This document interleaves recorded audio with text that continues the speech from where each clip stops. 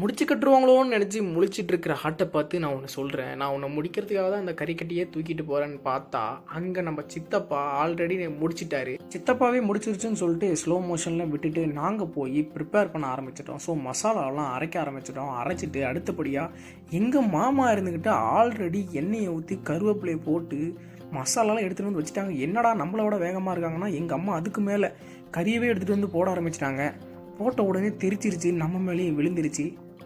என்ன விழுந்தாலும் நான் விழ மாட்டேன்னு சொல்லிட்டு கேமராவை பிடிக்க ஆரம்பிச்சிட்டேன். நம்ம தமிழ்நாட்டில் ப்ரிப்பேர் பண்ணுற மசாலாக்கும் ஆந்திராவில் ப்ரிப்பேர் பண்ணுற மசாலாக்கும் பயங்கர வேரியன்ட் இருக்குது. இவங்க ஓன் மசாலா தான் ப்ரிப்பேர் பண்ணுவாங்க. என்றைக்குமே அவங்க செப்பரேட்டாக அவங்களுக்கு நிலத்தில் விளையிறத மட்டும்தான் விளைய வச்சு அரைப்பாங்க. அரைச்சி அதை தான் யூஸ் பண்ணுவாங்க. இந்த மாதிரி இவங்க ப்ரிப்பேர் பண்ணுறதுனால மட்டும்தான் ஆந்திர பிரதேஷ்க்குனே உரித்தான ஒரு டேஸ்ட் இருக்குது. அது கண்டிப்பாக எல்லாருக்குமே தெரிஞ்சிருக்கும். இந்த முக்கியமான வேலைலாம் ஒரு பக்கம் நடந்துகிட்டு இருந்தாலுமே முக்கியமாக இம்பார்ட்டன்ட் ஒரு விஷயம் என்னென்னா தண்ணி ஊற்றினா மட்டும்தான் அந்த மசாலாவோட வாசனையும் சரி, அந்த கறியோட பதமும் சரி கரெக்டாக வரும். ஒரு அளவுக்கு லிமிட்டாக இருக்கணும்.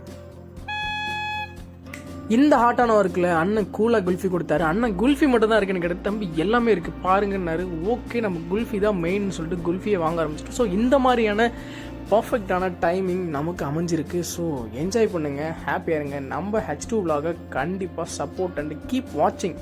நம்ம H2 vlogோட யூடியூப் சேனல் லிங்க் நம்ம ப்ரொஃபைல்லே கொடுத்துருக்கோம். கண்டிப்பாக மறக்காமல் சப்ஸ்கிரைப் பண்ணிடுங்க.